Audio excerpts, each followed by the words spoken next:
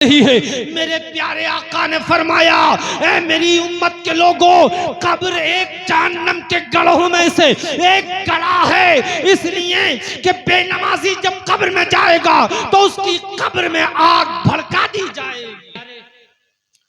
आज हमारी मस्जिदें तो वीरान हैं, आज हमारी मस्जिदें वीरान नजर आती हैं। आज हमारे सिनेमा घर, चौराहे, दुकानें आबाद नजर आती हैं। मस्जिद में एक जमात, दो जमातें, तीन जमातें, कहां चले गए लोग? आज बेनमाजियों की तादाद बढ़ती चली जा रही है। नमाज तो हम पढ़ते ही नहीं। अल्लाह के बंदो, नमाज ना पढ़ने से हमारा खुदा हमसे नाराज हो जाता है। हमारे नबी मुस्तफा जाने रहमत हमसे नाराज हो जाते हैं। हमारे नबी हमसे नाराज हो गए तो बताओ तो हमारी जिंदगी में रह क्या गया? हमारा मालिक हमसे नाराज हो गया तो हमारे पास रह क्या गया? क्या हम इसीलिए दुनिया में आए थे कि हमारा खुदा हमसे नाराज हो जाए? क्या हम दुनिया में इसीलिए आए थे कि हमारे नबी हमसे नाराज हो जाए? बेनमाजी जब कब्र में जाएगा तो मेरे प्यारे, उसकी कब्र उस पर इतनी सख्त हो जाएगी कि दाईं पसली बाईं में और बाईं पसली दाईं में पैवस्त हो जाएगी। उसकी कब्र में आग भड़का दी जाएगी, उस पर सांप मुसल्लत कर दिए जाएंगे और बेनमाजी पर एक गधे की बराबर सांप मुसल्लत किया जाएगा, जिसके 70,000 डंक होंगे और हर डंक में एक पाव जहर की थैली बंधी हुई हो। जब वो बेनमाजी के डंक मारेगा तो मेरे प्यारे, ये बेनमाजी 70,000 बरस तक तड़पता रहे। ऐ बेनमाजियों, ईशा और फज्र में सोने वालों, अजान की आवाज सुनकर गाने और मोबाइल में फिल्म देखने वालों, जरा सोचो तो सही, हमने कितनी नमाजें कसा कर दी। एक वक्त की नमाज छोड़ने वाले का नाम जहन्नम के दरवाजे पर लिख दिया जाता, अल्लाह उससे नाराज हो जाता। जिसने जान पूछकर नमाज को छोड़ दिया, उसने अपने दीन के सुतून को गिरा दिया। वो शख्स बहुत बड़ा गुनहगार हो गया। अल्लाह के बंदो, मेरे प्यारे मुस्तफा जाने रहमत सल्लल्लाहु ताला अलैहि वसल्लम मेराज की रात जब आसमानों पर गए, जन्नत और दोज़ख को देखा तो देखा कि एक जगह पर कुछ लोग पैरों के बल लटके हुए हैं, यानी सर नीचे और उनके पैर ऊपर हैं, और फरिश्ते उनके सरों को हथौड़ों से कूट रहे हैं, और वो लोग उस पिटाई की वजह से चीख और चिल्ला रहे हैं। मेरे आका सल्लल्लाहु ताला अलैहि वसल्लम ने पूछा, ऐ जिब्रील, ये बताओ ये लोग कौन हैं और किस गुनाह की सजा पा रहे हैं? मेरे प्यारे तवज्जो करना जरा। हजरत जिब्रील अलैहिस्सलाम मेरे आका की बारगाह में अर्ज करते हैं, प्यारे आका, ये लोग दुनिया में नमाज नहीं पढ़ते थे। ऐ मेरे अजीज कौम के लोगों, आज आप इस जलसे में आए हो।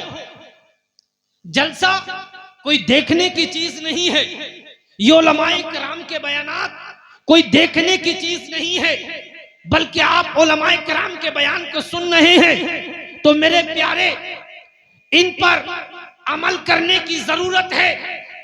आज हमारे पेट में दर्द हो जाए, आज हमारे कान में दर्द हो जाए, आज हमारी आंख में दर्द हो जाए, हम बर्दाश्त नहीं कर पाते, डॉक्टर की दुकान पर जाते हैं, डॉक्टर साहब कोई ऐसी दवाई दीजिए, डॉक्टर साहब कोई इंजेक्शन लगाइए कि मेरे पेट का दर्द रुक जाए, डॉक्टर साहब मेरे कान का दर्द रुक जाए। लेकिन मेरे प्यारे, अगर आपके पेट में दर्द होने लगा, आपके कान में दर्द होने लगा, तो डॉक्टर साहब दवाई दे देंगे, उससे इंजेक्शन लगा देंगे तो आपके पेट का दर्द रुक जाएगा। अगर यहाँ आपके पेट का दर्द ना रुका तो मुरादाबाद चले जाओगे, अगर मुरादाबाद भी ना रुका तो दिल्ली चले जाओगे। ऐ मेरी कौम के लोगों, जरा तुम तसव्वुर तो करो, जरा अपनी कब्र को याद करो, जरा अपनी मौत को याद करो। जब उस कब्र की तन्हाई में जाओगे, जहां सांप और बिच्छू है, जहां अंधेरी है, जहां तारीकी है,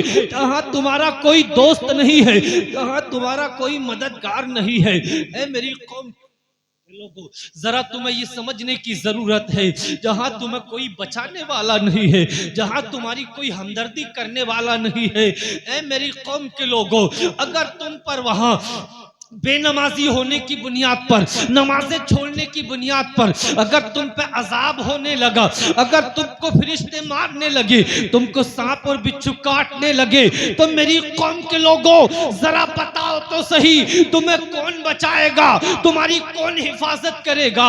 कोई कब्र को सोचो तो सही, याद तो करो अपनी कब्र की तन्हाई को, याद तो करो अपनी कब्र की तारीकी को, याद तो करो कब्र की दहशत को, जहां सांप और बिच्छू होंगे। मेरे प्यारे, कब्र कोई आसान जगह नहीं है, कोई कब्र आसान जगह नहीं है।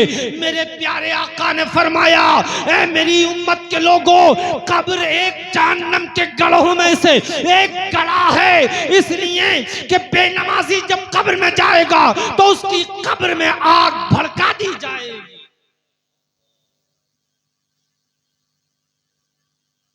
आज हमारी नमाज छोड़ने की एक बड़ी तादाद है। मेरे प्यारे आका मुस्तफा जान रहमत फरमाते हैं कि एक रात दो फरिश्ते मेरे करीब आए और मुझे आसमानों पर ले गए।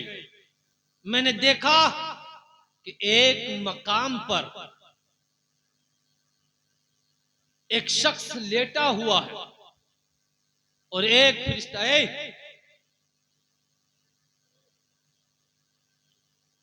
एक शख्स लेटा हुआ है और एक फरिश्ता खड़ा है, उसके हाथ में भारी वजनी पत्थर है।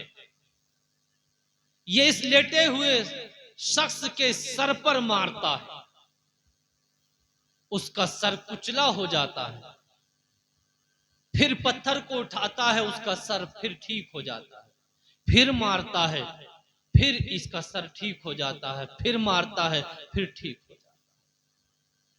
मेरे आका ने पूछा, जिब्रील ये कौन है, इस पर क्यों ये अजाब हो रहा? हजरत जिब्रील अलैहिस्सलाम अर्ज करते हैं, मेरे आका ये वो आदमी है कि जिसने दुनिया में कुरान को पढ़ा था, मेरे प्यारे कुरान को पढ़ा था, और कुरान को पढ़ने के बाद ये शख्स कुरान को भूल गया था और फिर ये नमाज में सुस्ती किया करता था। आज मेरी कौम के अंदर बेशुमार नौजवान ऐसे हैं, जब मेरे प्यारे मदरसे में बचपन में माँ बाप पढ़ने के लिए भेजते हैं, मुफ्ती साहब के पास आते हैं, मुफ्ती साहब उनको कुरान पढ़ना सिखा देते हैं, कुरान की तिलावत करना सिखा देते हैं। अरे कुरान कोई अजीम, कोई ऐसी वैसी किताब नहीं है, बल्कि कुरान अल्लाह का कलाम है, मुस्तफा जाने रहमत पर नाजिल हुआ है। अरे मेरे प्यारे, कुरान तुम अपने वीरान घर में पढ़ो, अल्लाह की रहमतें बरसने लगेंगी। कुरान की जहां तिलावत होती है वहां फरिश्ते नाजिल होते हैं, जहां कुरान की तिलावत होती है वहां अल्लाह की रहमत उतरती है। आज मेरे प्यारे, मेरी कौम के अंदर कितने नौजवान ऐसे हैं कि जिन्होंने बचपन में कुरान पढ़ लिया था, लेकिन आज कुरान खोल के नहीं देखते हैं। कहां तो कहां कुरान खोलना, रमजान में भी कुरान नहीं पढ़ते हैं। अल्लाह के बंदो, तुम कुरान को पढ़ते चले जाओ, अल्लाह तुम्हारे दिलों को रोशन कर देगा, तुम्हारी कब्र को भी रोशन कर देगा। नारे तकबीर, नारे रिसालत, मसलके आला हजरत, नारे तकबीर, नारे रिसालत। बहुत अच्छा मुफ्ती साहब, बहुत अच्छा, यही तकरीर होनी चाहिए। तवज्जो करने की जरूरत है। हजरत सैयदुना अब्दुल्ला रदियल्लाहु ताला अन्हु से मरवी है ये हदीस। बयान करते हैं कि मेरे आका सल्लल्लाहु ताला अलैहि वसल्लम इरशाद फरमाते हैं कि जब क़यामत का दिन आएगा, क़यामत का दिन कोई आसान दिन नहीं है। क़यामत का दिन इतना खतरनाक दिन है कि मेरे प्यारे जरा तसव्वुर करो, जरा अपने दिलों को मेरे करीब करो, मेरी नजरों से अपनी नजरों को मिलाओ, जरा दिलों को करीब करो, अपने दिलों के कानों से सुनो। मेरे प्यारे, तुमने बड़े मजे ले लिए, बड़े जायके ले लिए, दुनिया की रंगीनियों में बड़े खो गए हो, दुनिया को सोच रहे हो कि यहीं रहेंगे। अरे चंद दिन की जिंदगी है, फिर इख्तिताम होता चला जाएगा। अरे मेरे प्यारे, उस बादशाह को देखो जिसकी उम्र 1000 साल की हुई थी, जिस दिन मौत आई है तो घुटनों के बल जमीन पे गिर गया है और कहने लगा मुझे मालूम न था कि इस जिंदगी का अंजाम ये है। मेरे प्यारे, अपनी मौत को याद करो। ये मौत है जो बड़े बड़े पहलवानों को जिसने मौत के घाट उतार दिया है। मेरे प्यारे, मौत से न बादशाह बच सका है, न पहलवान बच सका है, न तंदुरुस्त बच सका है, न गरीब बच सका है, न अमीर बच सका है। मेरे प्यारे, याद तो करो। मेरे प्यारे, उस मौत को याद कर लो। जो मौत जब तुम्हें आ जाएगी तो तुम्हें अपनी कब्र की तरफ रुख करना पड़ेगा। मेरे प्यारे आका फरमाते हैं कि जब क़यामत का दिन आएगा तो ये जमीन तांबे की बन जाएगी और सूरज सवा नेज़े पर आ जाएगा। कोई किसी का हाल पूछने वाला ना होगा। उस वक्त में एक बंदे को मेरे रब की बारगाह में लाया जाएगा। अल्लाह फरमाएगा कि इस बंदे को जहन्नम में डाल दिया जाए, इसको जहन्नम में डाल दिया जाए, इसको जहन्नम की आग में डाल दिया जाए। ये अल्लाह की बारगाह में अर्ज करेगा, ऐ मेरे मालिक, मैं तो नमाज पढ़ता था, मैंने कोई बुरा काम नहीं किया है, मुझको क्यों जहन्नम में डाला जा रहा है? अल्लाह पाक फरमाएगा, ये वो बंदा है कि जो मेरे नाम की झूठी कसमें खाता था और नमाज में सुस्ती किया करता। वो अकबर अकबर। और थोड़ी सी आवाज कम कर दो कासिम भाई जरा। माशाअल्लाह, झूठी कसम खाना कोई हल्का काम है? आज तो 2 पैसे पे आदमी ना झूठी कसम खा लेता। झूठी कसम खाना ये हरगिज जायज नहीं। बताओ तो सही, एक कितनी छोटी सी बात, झूठी कसम की वजह से क़यामत के दिन तुम्हें जहन्नम में डाला जाए तो क्या तुम बर्दाश्त करोगे? क्या तुम्हारे लिए यह आसान होगा? आज हमने नमाज कितनी छोड़ी, कितनी नमाज छोड़ी। बनी इस्राइल में हजरत मूसा अलैहिस्सलाम के जमाने में एक बदकार औरत जिसने बहुत बड़ा गुनाह किया और हजरत मूसा अलैहिस्सलाम की बारगाह में यह औरत आई और आने के बाद अर्ज करती है कि ऐ अल्लाह के नबी, मैंने बहुत बड़ा गुनाह किया और फिर मैंने उससे तौबा भी कर ली है। हजरत मूसा अलैहिस्सलाम ने पूछा कि ये बताओ तुमने क्या गुनाह किया? ये अर्ज करती है कि मेरा गुनाह ये है कि मैंने पहले तो जिना किया और फिर उससे एक बच्चा पैदा हुआ और उस बच्चे को भी मैंने कत्ल कर दिया। हजरत मूसा अलैहिस्सलाम ने कहा कि भाग जा यहां से, तेरा कोई काम नहीं है, चली जा यहां से। आपने अपने दरवाजे से उसको वापस कर दिया। इतनी देर में हजरत जिब्रील अलैहिस्सलाम आ गए और आने के बाद अर्ज की, ए मूसा, तुमने उस औरत को अपने दरवाजे से वापस कर दिया, भगा दिया। कहां उसका गुनाह इतना बड़ा था? कहा इतना बड़ा गुनाह था? कहा उसने तो तौबा कर ली थी ना। कहा लेकिन मालूम है कि इससे भी बड़ा गुनाहगार कौन है? कहा बताओ कौन है इससे बड़ा गुनाहगार? कहा जो नमाज छोड़ देता है वो इससे भी बड़ा गुनाहगार है। ऐ मेरी कौम के लोगों, ये जलसे सिर्फ नात खानों पे पैसे लुटाने के लिए नहीं है। ये मुफ्ती शहादत हुसैन साहब किबला ने जो उलमाए कराम को बुलाया और आप सबके लिए मस्जिद में ये इंतजाम किया, ये सिर्फ इसलिए नहीं बल्कि आपकी इस्लाह के लिए, आप ताकि दीन सीख सको, आप अपने गुनाहों से तौबा करो। तो अभी कोई दिन दूर नहीं है, आज इस मजलिस में आने वाला हर एक आदमी अपने दिल से ये तहिया करे, ये दिल से सच्ची तौबा करे कि आज तक जो नमाजें छूटी वो छूट गई, लेकिन अब सच्ची तौबा करते हैं आज से 5 वक्ता नमाज।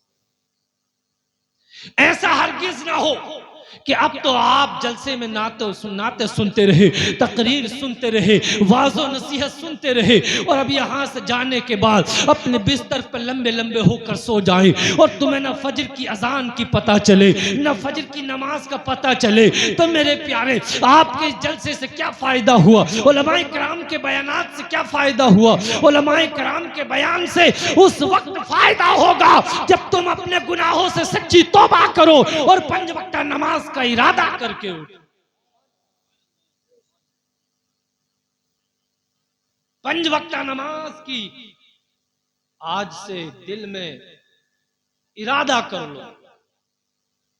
नमाज, हमारे मुआशरे में नमाज को तो ये सोच रहे हैं जब हाथ लगती है जब पढ़ लेते हो, जब हाथ लगती है जब पढ़ लेते हो। जन्नत कोई किसी के घर की दावत है कि जो जन्नत मिल जाएगी?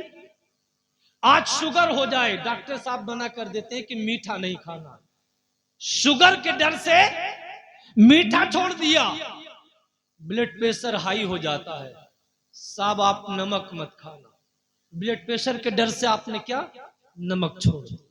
लेकिन मेरे प्यारे, तुमने शुगर के डर से चीनी छोड़ी और मेरे प्यारे ब्लड प्रेशर के डर से तुमने नमक छोड़ा।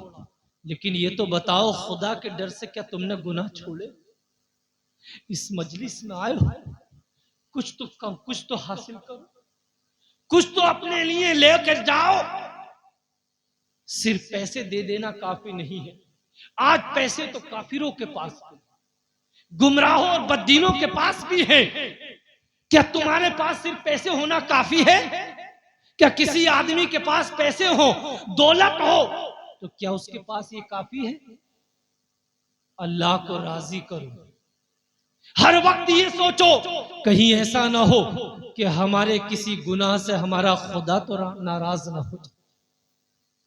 आप अजान की आवाज सुनते हो, आपको नमाजों का वक्त पता चलता है, आपकी बस्ती में मस्जिद है, अल्लाह ने नमाज पढ़ाने के लिए इमाम भी मुफ्ती अता किया है। शुक्र करो कि तुम्हारी तो एक नमाज भी कज़ा ना हो। कितनी बस्तियां ऐसी हैं जहां अजान की आवाज नहीं जा सकती, लाउडस्पीकर। कितनी बस्तियां ऐसी हैं जहां मस्जिदें नहीं हैं। अल्लाह ने तुम्हें अजान की आवाज भी सुनाता है मेरा मालिक, नमाज मस्जिद भी अता की है, तो क्यों ना उसका शुक्र अदा करते हुए 5 वक्त नमाज अता। नमाज कितना बड़ा गुनाह है। हजरते बहुत बड़े बादशाह खलीफा अब्दुल मलिक, इनका दरबार लगा हुआ है। एक कफन चोर इनके पास आता है, बहुत ज़ारो कतार रोता है। खलीफा अब्दुल मलिक पूछते हैं कि तेरे रोने का इतना क्या मामला है, क्यों इतना रोता है? ये कहने लगा, मैंने आज अपने गुनाहों से सच्ची तौबा कर ली है, अपने गुनाहों से सच्ची तौबा कर ली है। कहा तूने क्या गुनाह किया? कहा मैं कफन चोर हूं और मैंने आज से पहले तकरीबन 2200 कफन चुराए थे, लेकिन आज मैंने सच्ची तौबा कर ली है। कहा तेरे तौबा करने की वजह क्या हुई? कहा आज रात मैंने 5 कब्रें खोदी थी जिनसे मैंने नसीहत हासिल की और सच्ची तौबा कर। कहा जब मैंने पहली कब्र खोदी तो मैंने देखा कि मुर्दे का चेहरा काबे से फिरा हुआ, मतलब ये हुआ कि जिसका चेहरा काबे से फिर जाए तो अल्लाह उससे नाराज हो गया। अल्लाह जिससे नाराज हो जाए भला उसका कोई ठिकाना? ए मेरी कौम के जवानों, आज तुम अल्लाह के घर में बैठे, दुनिया में इससे बेहतर कोई जगह नहीं है, दुनिया में इससे बढ़कर कोई जगह नहीं है। जिस जगह तुम बैठे हो इससे बढ़कर तुम्हारे लिए कोई और जगह कहां? वरना तो आज जिस मकाम पर जाओ गुनाहों के दरवाजे खुले। पहले किसी शहर में सिनेमा हॉल होता था, आज तो घर घर नहीं बल्कि हाथ हाथ में सिनेमा मौजूद। आज गुनाहों का रास्ता हमारे हाथों में मौजूद है। ए अल्लाह के बंदो, कहीं ऐसा ना हो कि हमसे भी अल्लाह नाराज हो जाए।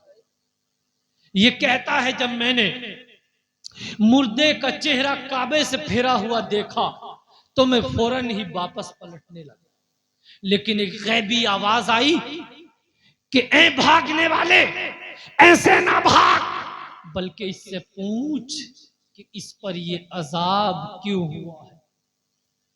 कहने लगा, मैंने कहा मेरे अंदर इतनी हिम्मत नहीं है कि मैं इससे पूछ सकूं।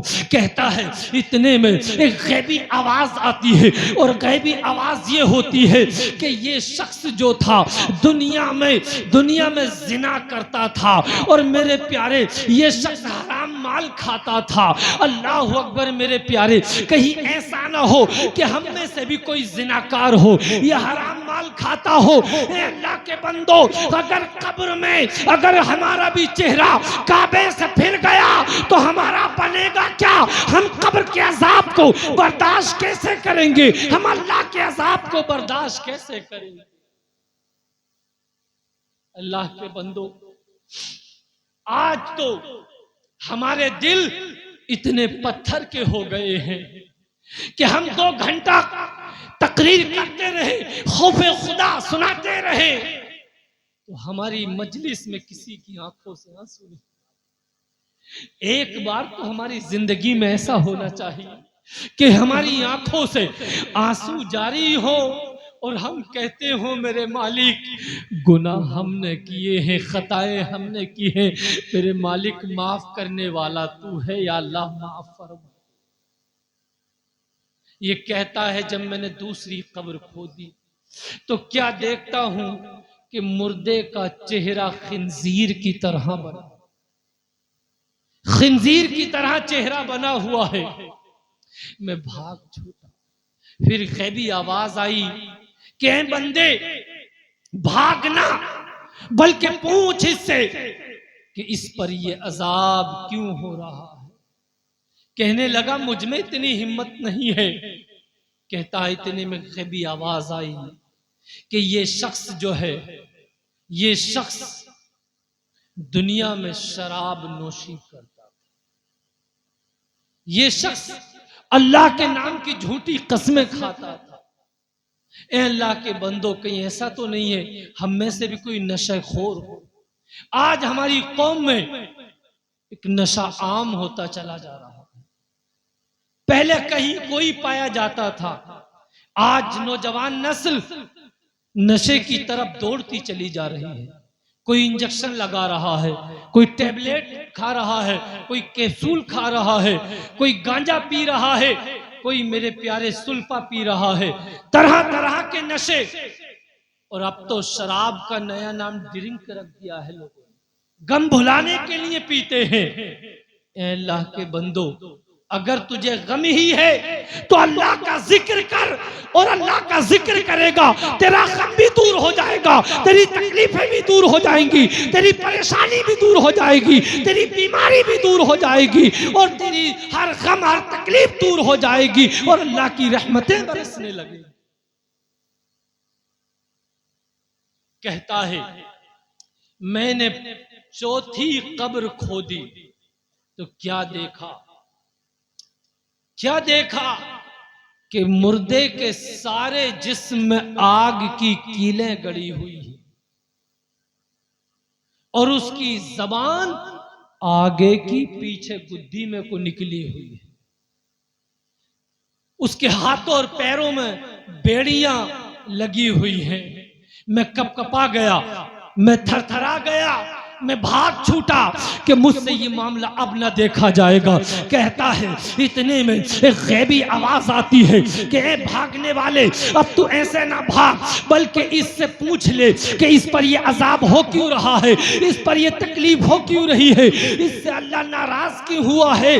कहने लगा मुझ में हिम्मत नहीं है। इतने में एक गैबी आवाज आती है कि ये जो बंदा है जिस पर अजाब हो रहा है, ये दुनिया में गीबत किया करता था, दुनिया में चुगली किया करता था, लोगों को आपस में लड़वाता था। आज हमारी कौम के अंदर कितने चुगलखोर मौजूद हैं, आज कितने गीबत करने वाले मौजूद हैं कि इधर की बात उधर करते हैं, उधर की बात इधर करते हैं, लोगों को आपस में लड़वाते हैं, लोगों को आपस में झगड़वाते हैं। ए मेरी कौम के लोगों, ये चुगली करना बहुत बड़ा गुनाह है, गीबत करना बहुत बड़ा गुनाह है। ए मेरे प्यारे, कब्र के अजाब को बर्दाश्त न कर पाओगे, कब्र की तकलीफों को बर्दाश्त न कर पाओगे। याद तो करो अपनी कब्र की तन्हाई को, याद तो करो अपनी कब्र के होलनाक मंजर को, याद तो करो कब्र के सांप और बिच्छुओं को। ए मेरे प्यारे, अगर तुमने मेरे प्यारे अपने गुनाहों से सच्ची तौबा कर ली है, 5 वक्त नमाज पढ़ लिया है, इंशाअल्लाह ताला अल्लाह की रहमत होगी और तुम्हारी कब्र जन्नत का बाग बन जाएगी।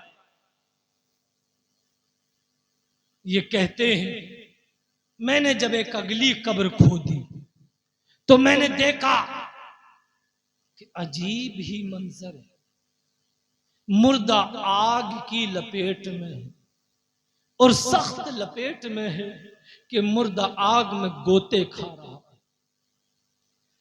और मुर्दे पर फरिश्ते सख्ती के साथ उसकी पिटाई कर रहे हैं। मैं भाग छूटा, गैबी आवाज आई, गैबी आवाज आई कि पूछो इससे ये इस पर अजाब क्यों हो रहा है। मैंने कहा मेरे अंदर हिम्मत नहीं है। कहने लगे कि बताओ तो सही। गैबी आवाज आती है कि ये शख्स दुनिया में बेनमाजी था। ए जलसे में आने वालों, ये बताओ तुम्हारा यहां आने का मकसद क्या है, यहां तुम क्यों आए हो? रात का 1 बज रहा है, मेरी बातों को क्यों सुन रहे हो? ताकि हमें कोई ऐसी बात सुनने मिले कि हमारे दिल में खौफ खुदा लरस जाए, कि हमारे दिलों में खौफ खुदा बैठ जाए। तो अल्लाह के बंदो, अपनी कब्र को याद करो, अपनी मौत को याद करो और उस दिन को याद करो कि जिस दिन तुम्हारा कोई साथ देने वाला ना होगा और एक एक जर्रे का तुमसे हिसाब लिया जाए।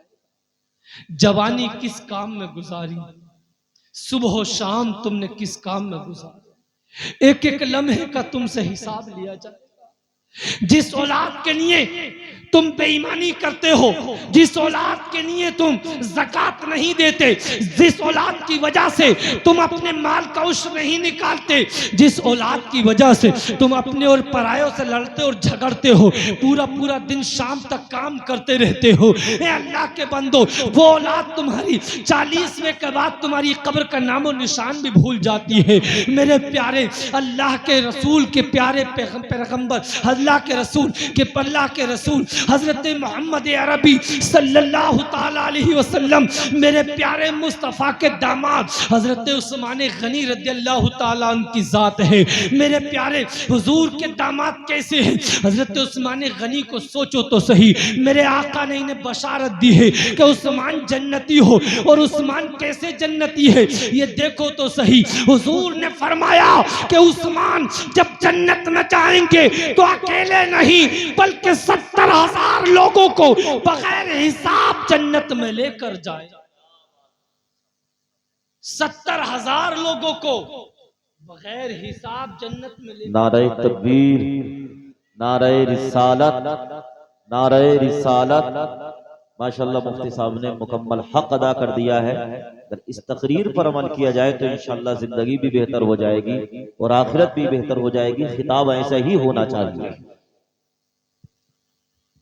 मेरे प्यारे, आज हमने जिस औलाद के लिए सब कुछ गुजार दिया, हमने जिस औलाद की वजह से, जिस औलाद की वजह से अपने रिश्तेदारों को छोड़ दिया, हमने जिस औलाद की वजह से अपने ख़ानदानियों को छोड़ दिया, सगे भाई ने सगे भाई को छोड़ दिया औलाद की वजह से कि इसने मेरे बेटे को गाली बकी थी, इसने मेरे बेटे से ऐसे कह दिया था। ऐ अल्लाह के बंदो, मेरे प्यारे तवज्जो करने की ज़रूरत है। उस्मान गनी जन्नती है, इसलिए कि हज़रत मेरे प्यारे आका ने इन्हें बशारत दे दी है, ये जन्नती पक्के जन्नती है। लेकिन मेरी बात बताने का मकसद ये है कि जब हजरत उस्मान गनी जब कब्रिस्तान में जाते तो मेरे प्यारे कब्रिस्तान में जाने के बाद मेरे प्यारे कब्रों पर बैठ जाते और कब्रों के टूटे हुए तख्तों को देखते और टूटे हुए तख्तों को देखने के बाद लोगों के कफन फटे हुए देखते तो कब्रों को पकड़ के बैठ जाते और लोगों से कहते, और ए लोगों आ जाओ लोगों, जरा यहाँ आकर देखो,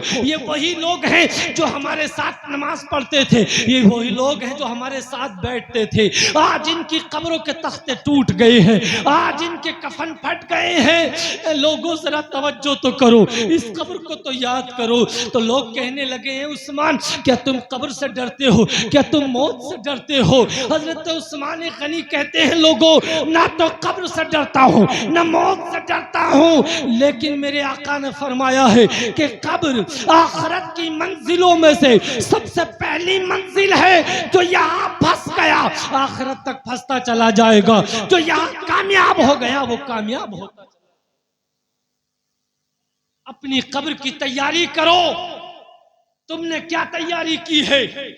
एक आदमी जब दिल्ली जाता है, बंबई काम करने के लिए जाता है, 4 दिन 5 दिन पहले से तैयारी करता है कि 1 महीने में आऊंगा, 2 महीने में आऊंगा।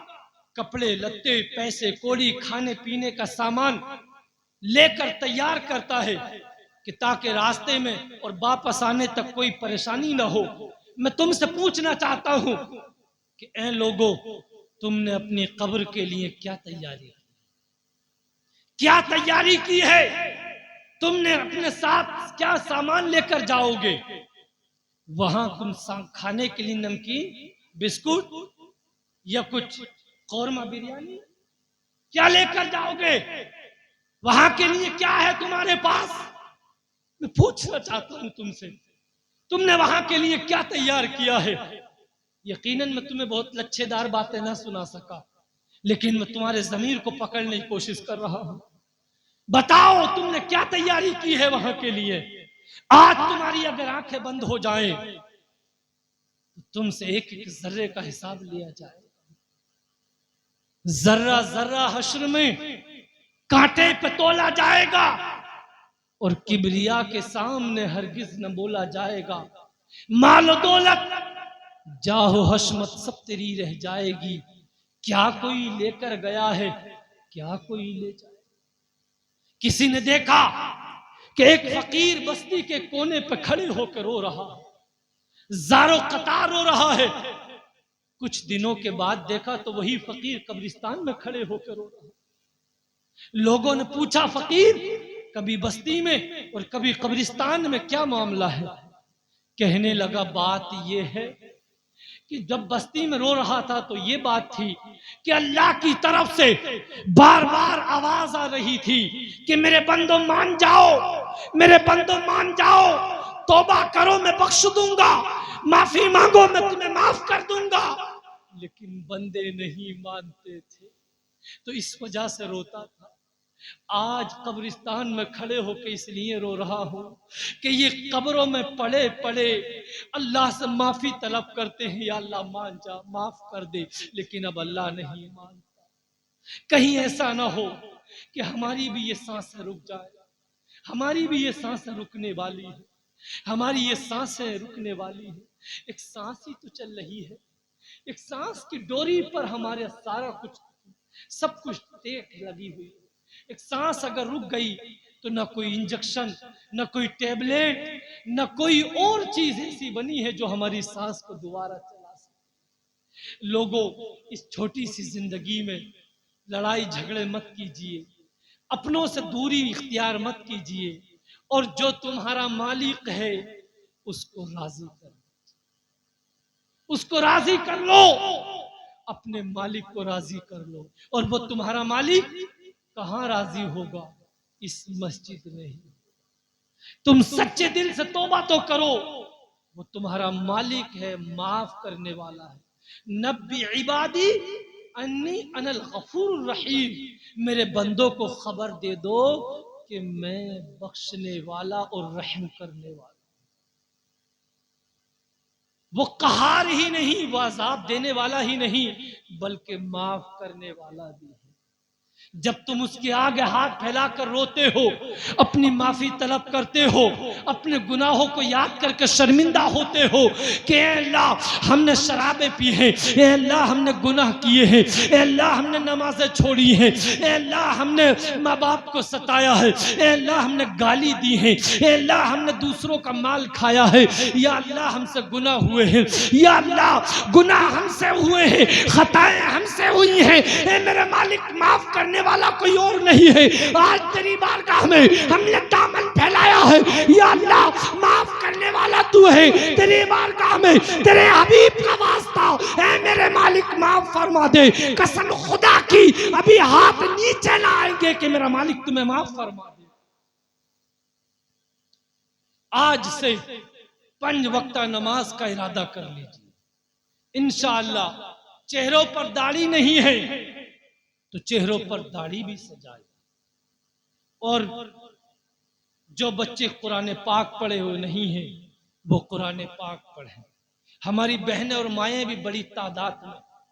बस एक बात इनके ताल्लुक से बताकर और अपनी बात को मुकम्मल कर। आज हमारी बहनें और माएँ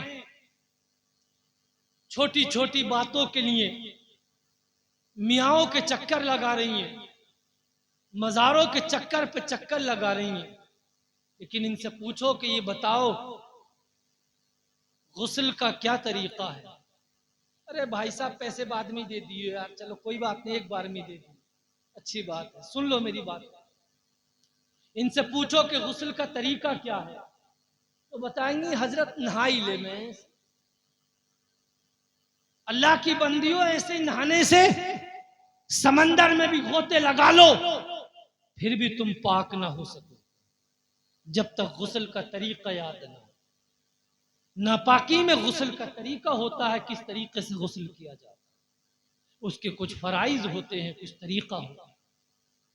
आज नमाज का हमारे घरों में पता नहीं है। हमारी बहनों और माओं को जब पूछो नमाज क्यों नहीं पढ़ी, बच्चे पेशाब कर देते हैं। और अभी कोई शादी का नंबर आ जा तो 2000-5000 का जोड़ा निकल कर आएगा। घर के नमाज में नमाज के लिए कपड़े नहीं इनके पास, बच्चों ने पेशाब कर दिया, घर के काम में फुर्सत नहीं मिलती।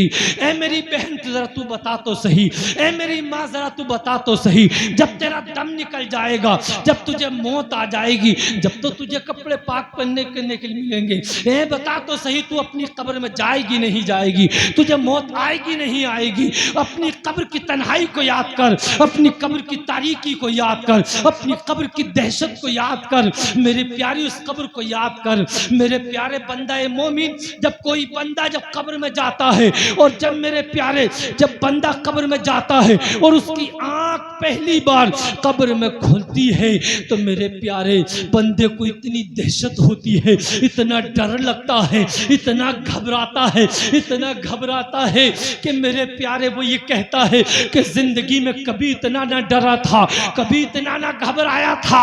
मेरे बंदे मेरे प्यारे ये कहता है, मेरे प्यारे जब बंदे की पहली बार आंख खुलती है और ये पहली रात कब्र में गुजारता है और इसकी आंख खुलती है तो इसको इतना डर लगता है, इतनी दहशत खाता है कि इसका कलेजा फटकर मुंह में आने वाला होता है। कोई आने वाला आता है और इससे कहता है कि बता जरा, अगर तेरा मालिक तुझे आज दुनिया में भेज दे तो तू क्या करेगा? ये कहता है कि अगर मेरा मालिक मुझे दुनिया में भेज दे और 1000 साल की जिंदगी अता फरमाए तो मैं 1000 साल तक सिजदे से सर ना उठाऊंगा, ऐ मेरी कौम के लोगों, बताओ तुम जरा जिंदा दिली के साथ, क्या उसे कब्र में आने से क्या कब्र में से आने का वक्त मिलेगा तो हरगिज ये कहोगे कि हरगिज कोई कब्र से लौट कर नहीं आता है। अब मैं कहूंगा तुमसे कि वो कब्र से नहीं आ सकता, लेकिन तुम्हें अल्लाह ने ये जिंदगी दी है, मोहलत दी है, वक्त दिया है, तो आज इस महफिल में सच्ची तौबा करो और आज से इरादा कर लो कि 5 वक्त नमाज पढ़ते रहेंगे जब तक अल्लाह जिंदगी अता फरमाए। एक शख्स की बहन का इंतकाल हो गया। सुने प्यारी बहनें मेरी, एक शख्स की बहन का इंतकाल हो गया। जब इंतकाल हुआ, कब्र में दफन करने के लिए लेकर गए, दफन किया और दफन करके वापस आ रहे थे। उसके भाई को याद आया कि मेरी कुछ रकम की थैली थी जो मेरी जेब में थी और वो कब्र में ही गिर गई। ये लौट कर गया और जल्दी से कब्र की थोड़ी सी मिट्टी हटाई। जैसे ही थोड़ी सी मिट्टी हटाई, और मिट्टी हटाना था इसका कि मेरे प्यारे, जैसे ही मिट्टी हटाना था कि कब्र में से भयानक आग निकलती है जिसकी वजह से इसके हाथ जल जाते हैं, इसका चेहरा झुलस जाता है। मेरे प्यारे, ये क्या देखता है कि इसकी बहन कब्र की आग में लपेट में है, आग में जल रही है।